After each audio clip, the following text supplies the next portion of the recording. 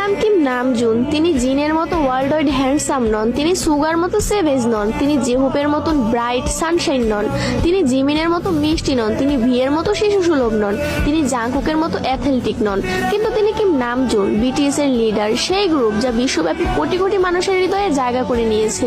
তার আইকিউ 148, তিনি গণিতে একজন জিনিয়াস। উচ্চ মাধ্যমিক পরীক্ষায় দেশের শীর্ষ 1% স্থান পেয়েছেন। কোরিয়ার টপ 1% বুদ্ধিমান মানুষের তালিকায় আছেন। কোরিয়ার সিভিল সার্ভিস পরীক্ষায় প্রথম স্থান অর্জনকারী। Test of English for international কমিউনিকেশনে স্কোর 900+। ডেবিউর আগে ছিলেন একজন আন্ডারগ্রাউন্ডার র্যাপার, ইলেকট্রনিক ইঞ্জিনিয়ারিং এ স্নাতক। শুধুমাত্র ফ্রেন্ডস সিরিজ দেখে ইংরেজি শিখেছেন। 3টি ভাষায় কোরিয়ান, ইংরেজি এবং জাপানিতে দক্ষ।